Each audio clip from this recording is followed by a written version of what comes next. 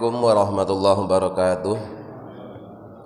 Bismillah, alhamdulillah, assalatu wassalamu ala rasulillah Sayyidina wa maulana Muhammad ibn Abdillah la nabiyya ba'dah wa ala alihi wa man tabi'ah minad dunya ilal qiyamah la haula wa la quwata illa billah amma ba'du. Hadirin ma'asyiral muslimin hafizakumullah. Pagi ini akan saya bacakan penjelasan tentang khaufnya para salafus solih. Salafus solih adalah sebutan untuk orang-orang soleh yang hidup pada abad pertama, kedua, dan ketiga. Jadi termasuk generasi terbaik, yaitu yang hidup pada masa Rasulullah, pada masa berikutnya para sahabat dan para tabi'in. Wa qad kana, dan sungguh benar-benar ada sapa as-salafus sholih, para orang-orang kuno yang soleh, rahmatullahi alaihim, semoga rahmat Allah selalu ada padanya. Mereka benar-benar berada fi ghayatil khaufi, pada rasa khauf yang puncak rasa khauf, min khotimati su'i, takut dari berakhirnya keburukan, ma'asolahi a'malihim, padahal mereka itulah orang-orang yang amalnya soleh, wakilati dzunubihim, dan mereka itu termasuk generasi yang dosanya sedikit. Jadi para salafus soleh, orang-orang soleh yang hidup pada abad pertama, kedua, dan ketiga hijriah, itu mereka sangat takut dengan yang namanya su'ul khotimah, atau khotimati su'. Kita lebih populer sering menyebutnya su'ul khotimah, jadi berakhir dengan tidak membawa iman. Padahal mereka itu adalah orang-orang yang soleh, orang-orang yang dosanya sedikit, tetapi mereka sangat takut dengan yang namanya su'ul khotimah. Hatta qala, sehingga berkata sapa batum sebagian dari mereka, lau urido, seandainya ditawarkan alayya kepadaku apa al-mautu, kematian, alal islami, dalam Islam, bibabil hujrati, di depan pintu kamar, wasyahadati, dan mati dalam keadaan syahid, bidari, di depan pintu rumah, yakni asyhadata, yakni mati dalam keadaan syahid, fisabilillah, di jalan Allah. Seandainya hal itu ditawarkan kepadaku, lahtartu, niscaya aku akan memilih al-mauta, mati, alal islami, atas Islam, ala babil hujrati, di depan pintu kamar, ala syahadati, dibanding mati syahid, ala babidar, di depan pintu rumah. Jadi saking takutnya dengan yang namanya su'ul khotimah, itu sebagian salafus soleh berkata, seandainya aku ditawarkan dua jenis kematian. Pertama, mati di depan pintu kamar rumahnya, di dekat tempat tidurnya, mati dalam keadaan Islam. Kemudian kalau dia mati di depan pintu rumah, itu tidak hanya sekedar mati Islam, tapi mati syahid. Di dua pilihan yang sama-sama baik. Kalau dia mati di depan kamar tidurnya, di depan pintu kamar tidurnya, matinya dalam keadaan Islam. Kemudian kalau dia mati di depan pintu rumahnya, yang barangkali kan sebenarnya jarak antara pintu kamar dengan pintu rumah itu kan dekat, itu dia mati syahid. Dan mati syahid itu tidak hanya sekedar mati dalam keadaan Islam, tapi dijamin masuk surga. Seandainya dua pilihan itu dihadapkan kepadanya untuk milih, saking takutnya su'ul khotimah itu dia lebih memilih mati Islam di depan kamar tidurnya, mati Islam di depan kamar tidurnya. Kenapa kok dia milih yang seperti itu? Li'anni, karena sungguhnya aku la adri, tidak tahu, malladzi yuridu liqalbi fima bainal hujurati ila babidar, apa yang terjadi pada hatiku pada saat antara pintu kamar dengan pintu rumah. Ya. Sekali lagi saya ulang, para salafus soleh itu orang yang sangat takut dengan yang namanya su'ul khotimah, mati dalam keadaan tidak membawa iman. Saking takutnya, ya, seandainya ditawarkan kepadanya dua kematian yang sama-sama baik sebenarnya, kalau dia mati di depan pintu kamar, mati Islam. Kalau dia mati di depan pintu rumah, mati syahid. Mati Islam ya bagus, mati syahid apalagi dijamin langsung masuk surga. Nah, seandainya ditawarkan dua pilihan seperti itu, dia milih mati Islam. Kenapa? Karena sudah jelas begitu bangun tidur, mati langsung Islam. Sementara kalau dia milih mati syahid, jangan-jangan pas dia berjalan antara pintu kamar dengan pintu rumah itu kemudian imannya berubah. Kan bisa aja terjadi. Allah itu zat yang membolak-balikkan hati manusia. Sehingga bisa aja terjadi waktu baru bangun itu masih Islam, terus kemudian dia jalan beberapa langkah sudah kafir, itu bisa terjadi loh Pak. Ya, bisa terjadi. Makanya kita harus sering berdoa mohon kepada Allah agar ditetapkan dalam iman. Karena iman itu bisa sewaktu-waktu dicabut oleh Allah.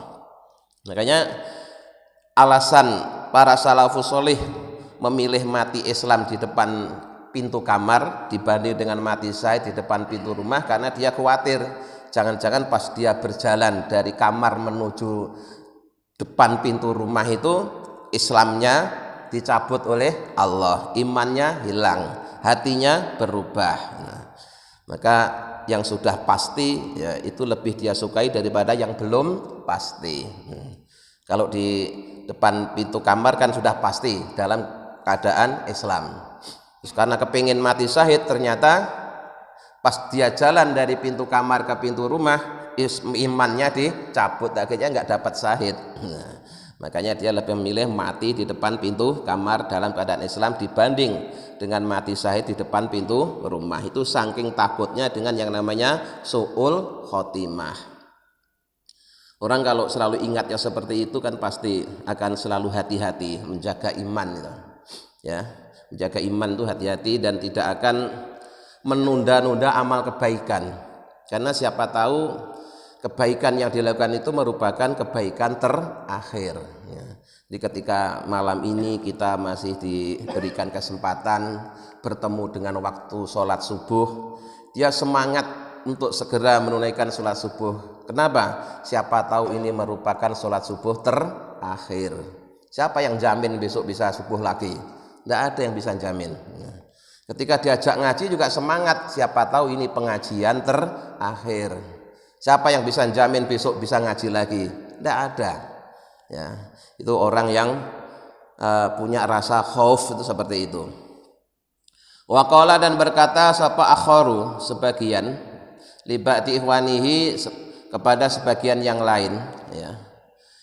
Idza hadara bila telah datang, idza hadaroni bila telah datang kepadaku apal mautu kematian, faqud maka duduklah kamu inda roksi di dekat kepalaku. Jadi sama-sama orang soleh pesan kepada temannya, nanti kalau aku mau mati tolong kamu jagain aku ya, kamu duduk di dekat kepalaku, kamu awasi aku ya. Wangdur dan perhatikanlah, fa in ra'aitani jika kau melihatku, qad mitu sungguh aku mati alal islami atas Islam, fakhud maka ambillah jami'a mamai apa yang ada padaku, fabihu kemudian juallah, wakhud dan belikanlah bihi dengan hasil uang yang hasil penjualan barang tadi, belilah sukaron. Sukaron itu ya semacam manisan lah ya, manisan. Ini kalau sekarang permen, kalau zaman dulu namanya ada manisan. Waluzan dan mungkin kacang. Wafarikhu dan bagikanlah ala sibyani kepada anak-anak kecil. Jadi ada dua orang salaf yang sama-sama soleh. Yang satu berkata kepada temannya, tolong nanti kalau aku mau mati ya, jagain aku, duduk di dekat kepalaku, amati aku. Kalau ternyata aku mati dalam keadaan Islam, maka semua harta bendaku yang aku miliki ambil semua, jual semua, kemudian duitnya belikan ya makanan, bagikan ke anak kecil sebagai ungkapan rasa syukur telah dimatikan oleh Allah dalam keadaan Islam. Ya. Wa in ra'aitani, dan jika kau melihatku qad mitu, sungguh aku mati ala ghairi dzalika, dalam keadaan tidak Islam, fa'lim, maka kasih taulah annasa manusia, liyusolliya, agar dia menyolati alaiya kepadaku, man orang aroda yang menginginkan ayusolliya untuk menyolati ala basyiratin dengan penuh kewaspadaan. Wa kana qad dzukiru lahu alamatun, dan dia juga menjelaskan tentang tanda-tanda yu'rafu yang diketahui biha dengan tanda tadi, apa al-farqu, perbedaan bainal amroini, antara dua hal, maksudnya antara mati husnul khotimah dengan mati su'ul khotimah. Jadi karena dia sama-sama soleh ya, maka pesannya kepada temannya itu, tolong jagain aku, duduk di dekat kepalaku, amati aku. Kalau aku mati dalam keadaan Islam dengan tanda-tanda begini ya, maka ambillah semua hartaku yang ada, jual, belikan makanan kecil, bagikan ke anak-anak sebagai ungkapan rasa syukur bahwa aku telah dimatikan oleh Allah dalam keadaan Islam. Tapi kalau yang terjadi tidak seperti itu, ya tolong diumumkan aja ke orang-orang, siapa yang mau nyolatkan untuk silahkan menyolatinya gitu. Dan dia menyebutkan tanda-tanda husnul khotimah begini, tanda-tanda su'ul khotimah begini, sehingga temannya tadi itu bisa melaksanakan wasiatnya gitu. Qala, kemudian sebagian berkata, fara'aituhu qad mata alal Islam, maka aku melihatnya bahwa temanku itu benar-benar mati dalam keadaan Islam. Wa fa'ala ma amarahu bihi, maka temannya tadi kemudian melakukan apa yang diwasiatkan. Jadi harta yang dia miliki ya, yang dimiliki oleh si mayit tadi itu diambil, dijual, terus diberikan makanan kecil, dibagikan ke anak kecil. Ya, minat tasaduqi, berupa sedekah ala sibyani, kepada anak-anak kecil. Wa hikayatuhum fi dzalika kasiratun masuratun, kisah yang terkait dengan masalah ini itu sangat banyak dan sangat terkenal. Jadi orang-orang dulu ya, orang-orang soleh yang hidup pada masa abad pertama, kedua dan ketiga itu banyak sekali kisah-kisah yang senada bahwa mereka sangat bergembira kalau dimatikan dalam keadaan Islam. Saking senengnya harta yang ditinggalkan oleh mayit itu kemudian disedekahkan ya. Ada yang dibelikan makanan untuk anak-anak kecil, ada yang dibagikan tetangga, ada yang dibagikan fakir miskin. Jadi dia mengeluarkan sedekah itu sebagai ungkapan rasa syukur bahwa dia telah dimatikan dalam keadaan Islam gitu. Nah, kemudian wa'lam, ketahuilah, annahu, bahwasanya kasiron, banyak, sesuatu, yuhtamu, yang diakhiri atau ditutup, bisu'i, dengan keburukan. Jadi berikut ini akan dijelaskan tentang beberapa perilaku yang menjadikan seorang itu su'ul khotimah. Su'ul khotimah itu mati dalam keadaan tidak membawa iman. Nah, ini yang harus kita waspadai ini. Ya, jadi banyak perbuatan-perbuatan yang menjadikan seorang su'ul khotimah. Yang pertama adalah lilladzina, buat orang-orang yatahawanuna yang meremehkan, menggampangkan, bisolati, dengan solat, al-mafrudoti, yang difardukan. Salah satu perilaku yang menjadikan seorang su'ul khotimah, mati dalam keadaan tidak iman, adalah ketika seorang itu meremehkan sholat fardu, menggampangkan ya, gampang meninggalkan sholat fardu, tidak segera ditunaikan, ditunda-tunda, padahal sudah ada kesempatan untuk mengerjakan ya. Jadi kalau memang sudah ada kesempatan untuk mengerjakan, ya yang terbaik segera dikerjakan, jangan ditunda nanti. Khawatirnya nanti belum sampai terlaksana sudah keburu mati dalam keadaan belum sholat kan gitu. Maka kalau datang waktu sholat segera tunaikan. Wa zakatil wajibati, dan zakat yang wajib. Ya, meremehkan kewajiban bayar zakat ini juga bisa menjadi penyebab su'ul khotimah. Ya. Jadi wajibnya bayar zakat dengan wajibnya sholat itu sama-sama rukun Islam. Ya. Bahkan dalam Al-Quran sendiri perintahnya itu selalu beriringan. Aqimus sholah wa atuz zakah. Cuma kadang-kadang kesadaran untuk bayar zakat ini belum seperti kesadarannya untuk melaksanakan sholat. Ya, orang sholatnya sudah istiqomah, tapi zakatnya belum mau. Nah, padahal dua perintah ini seperti paket. Ya, jadi bagi mereka yang telah memenuhi persyaratan, kalau mengerjakannya hanya satu, yang satu tidak, maka menjadi tidak diterima. Bukan tidak sah, tapi tidak diterima. Ya, misalkan ada orang yang dia telah memenuhi syarat membayar wajib bayar zakat, kemudian dia hanya sholat tidak mau bayar zakat, sholatnya ya sah tapi tidak diterima. Atau sebaliknya, dia disiplin bayar zakat tapi tidak sholat. Ya. Jadi zakatnya ditunaikan tapi sholatnya ditinggalkan, itu ya sah bayar zakatnya tapi tidak diterima. Itu rahasianya mengapa perintah bayar zakat dan perintah mendirikan sholat itu selalu beriringan.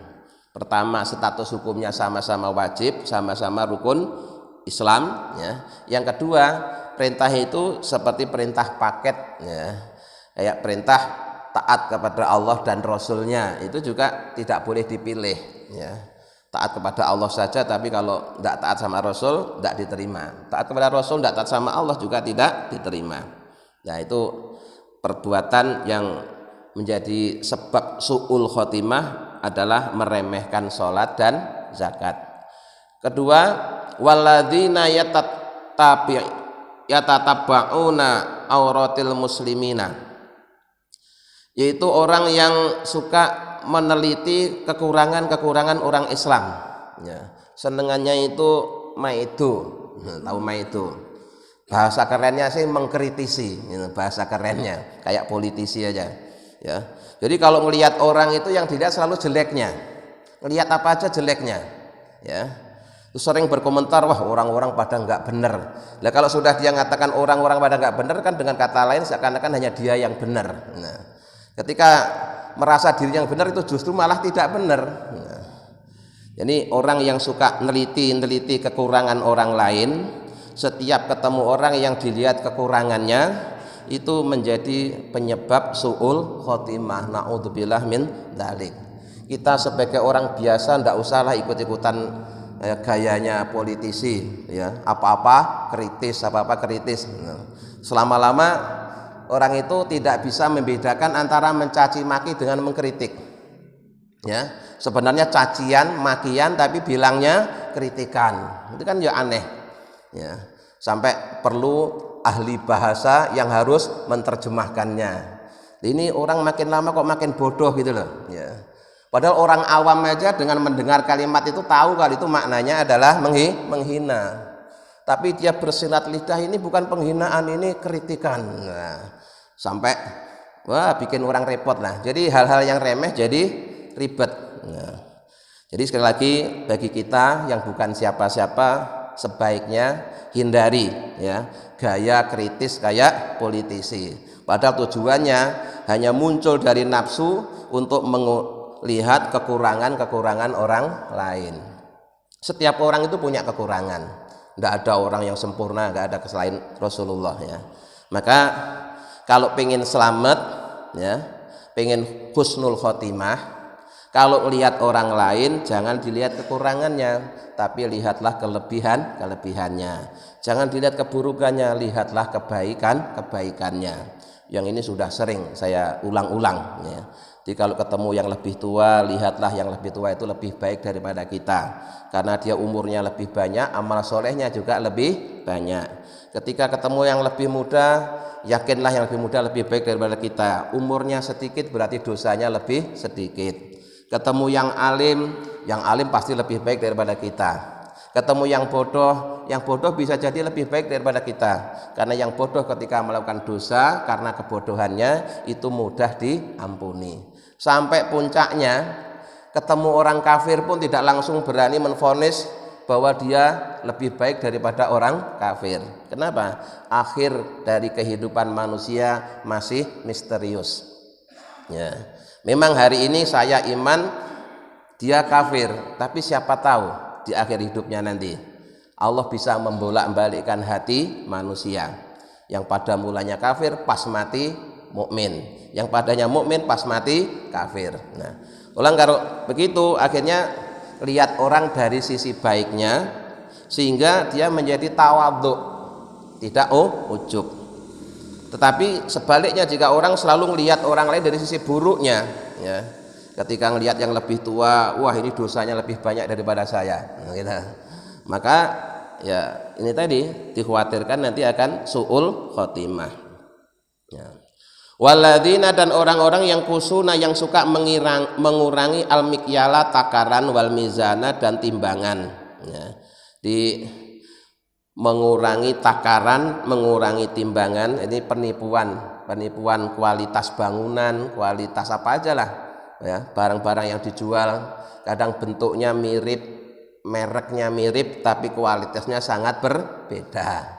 Itu juga termasuk bisa jadi penyebab su'ul khotimah, curang dalam takaran, timbangan maupun ukuran, yang dampaknya ya nanti kualitasnya jadi tidak seperti yang diharapkan.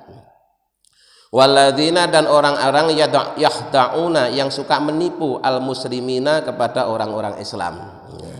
Karena dengan menyakiti orang Islam dia akan didoakan keburukan. Ya. Doa yang paling buruk kalau didoakan su'ul khotimah, naudzubillah min dzalik. Wa yaghusunahum dan menipu, ya, membujuk, ya. Membujuk kepada kaum muslimin. Wa yulabbisuna alaihim dan dia mengacaukan, ya, mengacaukan. Talbis itu membuat sesuatu yang jelas menjadi tidak jelas. Termasuk tadi itu karena pandai bersilat lidah. Itu sebenarnya yang haram itu jelas, yang halal itu juga jelas, tapi menjadi seakan-akan yang haram itu menjadi halal, yang halal menjadi haram akibat dari pinternya membolak-balikkan kalimat. Itu termasuk yulabisun itu, ya. Membuat sesuatu menjadi tidak jelas, itu juga bisa menjadikan penyebab su'ul khotimah fi umuriddin dalam urusan-urusan agama wa dunya dan dunia. Nah, walladzina dan orang-orang yukadzibuna yang mendustakan auliya Allahi, para walinya Allah, tidak percaya kalau di dunia ini ada walinya Allah. Ini juga termasuk jadi sebab su'ul khotimah. Karena di dalam Al-Quran sudah jelas bahwa tugasnya para rasul, tugasnya para nabi itu dilanjutkan oleh para aulia. Cuma aulia itu, para walinya Allah itu ya tidak ada yang kenal kecuali jika dia juga seorang wali, ya.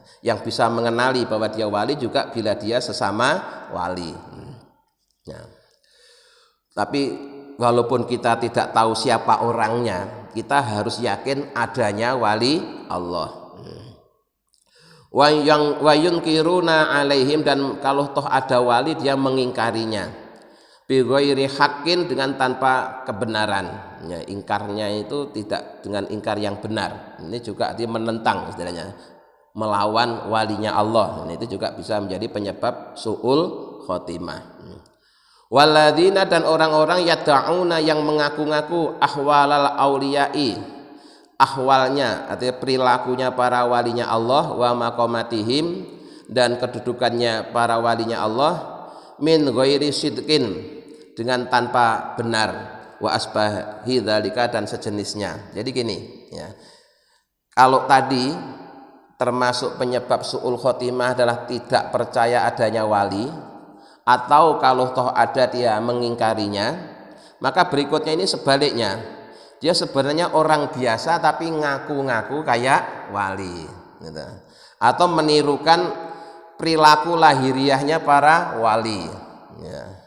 Yang kadang-kadang yang ditirukan itu yang sisi aneh-anehnya, gitu, ya. Semakin aneh semakin dianggap wali, ya. Ini juga berbahaya, ya. Karena bisa menipu. Ya.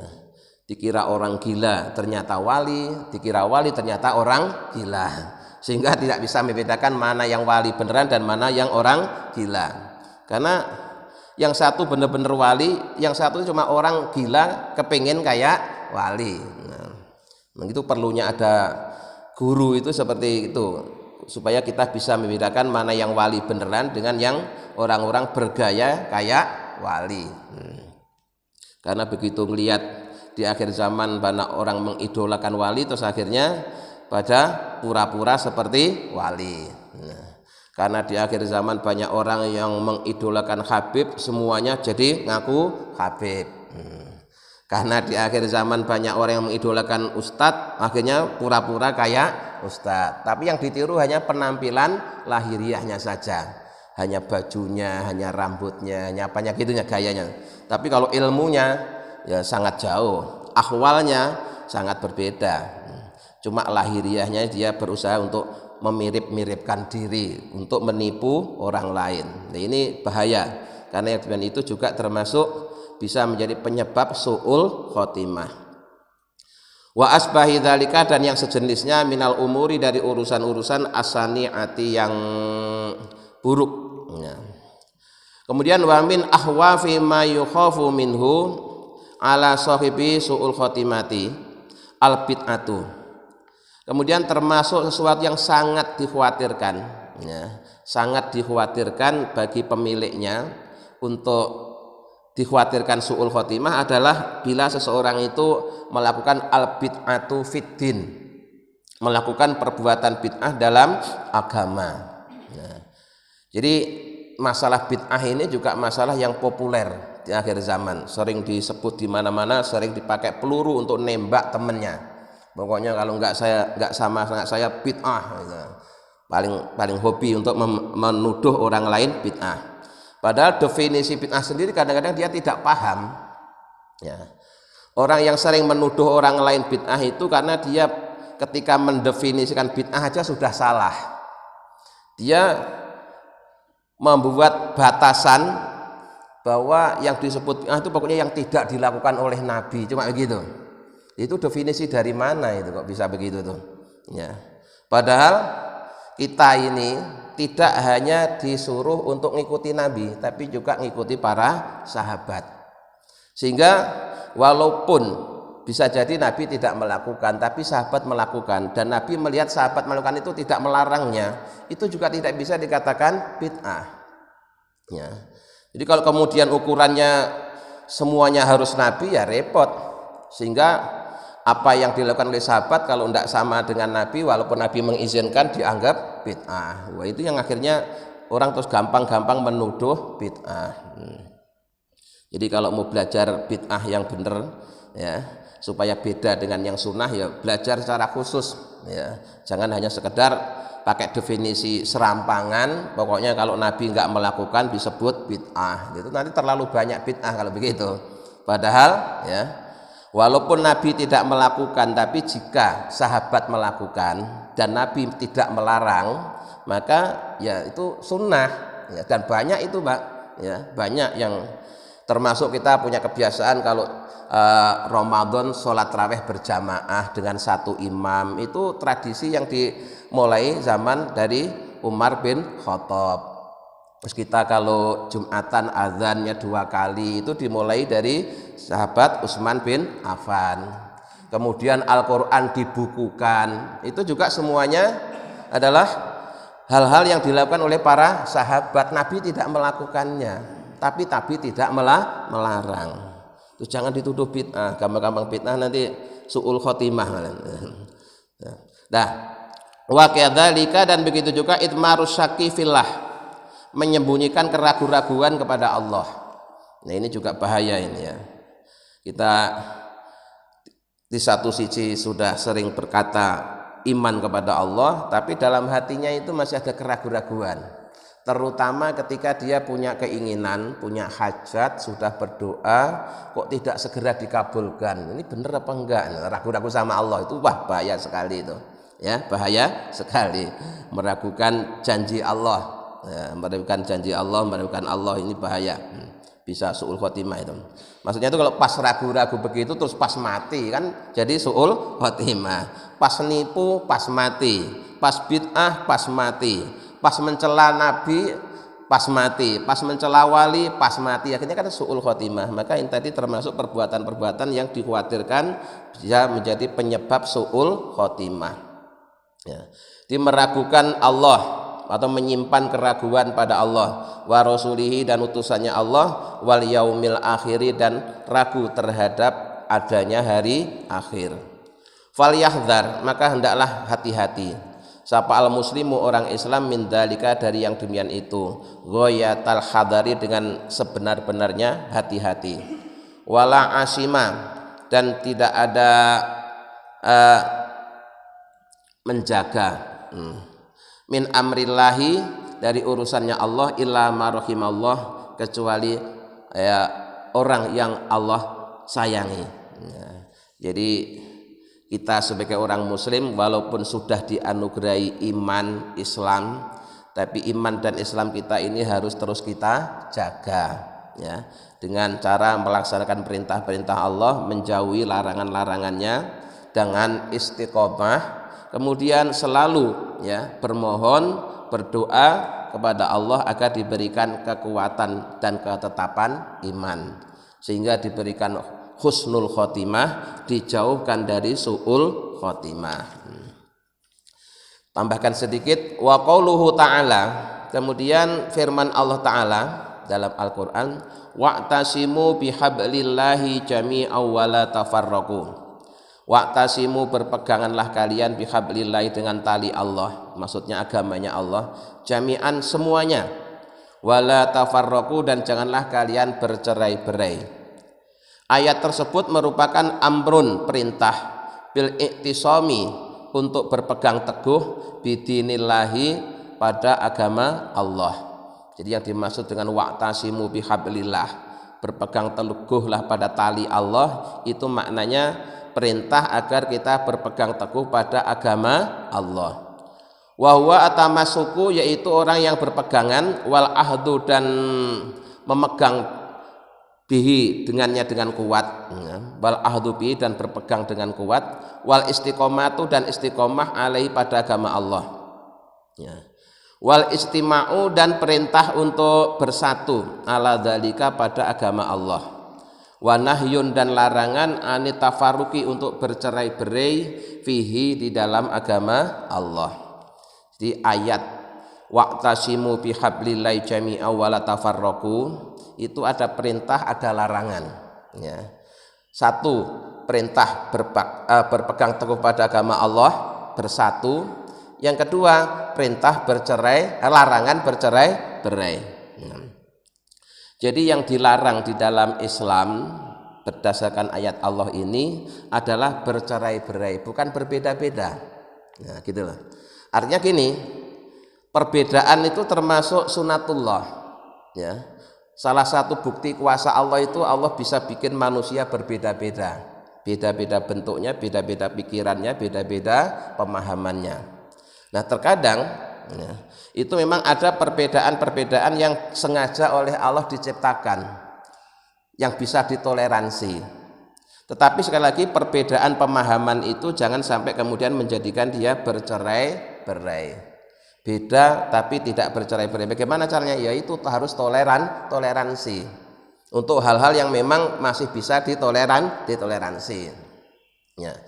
Maka kalau kita ngaji tentang Islam, ya, itu istilahnya ada ilmu usuluddin, ada ilmu furu'iyah, ya. Yang pokok, yang usul itu tidak boleh beda, harus sama, karena memang ini yang inti. Nah, tapi untuk hal-hal yang sifatnya furu'iyah itu boleh beda, ya, boleh beda. Nah, kita ini biasanya kebanyakan beda itu bukan pada hal yang pokok, Pak, tapi beda dalam hal yang sifatnya hanya cabang, bahkan tidak hanya cabang, anak cabang, ranting, ya. Tapi kadang-kadang karena kurangnya pemahaman terhadap ilmu agama, sekedar beda ranting, sekedar beda anak cabang dia sudah gegeran pada sesama umat Islam. Ya, itu perlunya kita ngaji terus supaya tahu mana yang pokok, mana yang cabang, mana yang ranting. Cuma perbedaan sedikit aja gegeran sesama muslim. Kadang-kadang itu yang tadi hanya masalah ranting atau masalah cabang, bukan masalah yang pokok. Jadi kalau yang pokok memang tidak boleh berbeda, karena yang usuluddin itu nggak boleh berbeda. Tapi yang sifatnya furu'iyah itu bisa jadi perbedaan itu justru malah mendatangkan rahmat. Ya, ikhtilafu ummati rahmatun. Perbedaan di kalangan ulama itu justru bisa mendatangkan rahmat. Itu kalau yang beda ulama, sesama ulama. Karena walaupun beda mereka sama-sama punya dalil. Nah, yang jadi masalah kalau yang satu ulama, yang satu bukan ulama. Terus yang bukan ulama memposisikan diri seakan-akan seperti ulama. Itu jadi kacau yang seperti itu. Nah, jadi Allah memerintahkan kita bersatu dan melarang kita bercerai-berai, tapi tidak melarang berbeda-beda. Nah, bagaimana agar beda itu tidak cerai-berai? Ya harus toleransi, saling menghargai perbedaan. Li'anal jama'ata, karena sesungguhnya berjamaah itu rahmatun, mendatangkan rahmat, wal furqatu, dan perceraian itu azab pun bisa mendatangkan azab. Ya. Wayatullahi ma'al jamaah, pertolongan Allah itu bersama jamaah. Umat Islam bisa jaya, bisa menang itu kalau berjamaah. Kama qala alaihi salatu wasalam, sebagaimana disabdakan oleh baginda Rasulullah SAW, walamma kana qaumu hadzatin asyarifi wa asru bil ijtima'i wal muawanati wa tihadil kalimati, kanal iftiraku fihi wa atal musa'adati ala iqamatihi mujiban liwahnihi wa du'fihi. Jadi Rasulullah mengatakan bahwa tegaknya agama yang mulia ini itu pokoknya adalah apabila dia mau saling bersatu, saling tolong menolong, dan satunya tekad, satunya keinginan, istilahnya menyamakan visi dan misi.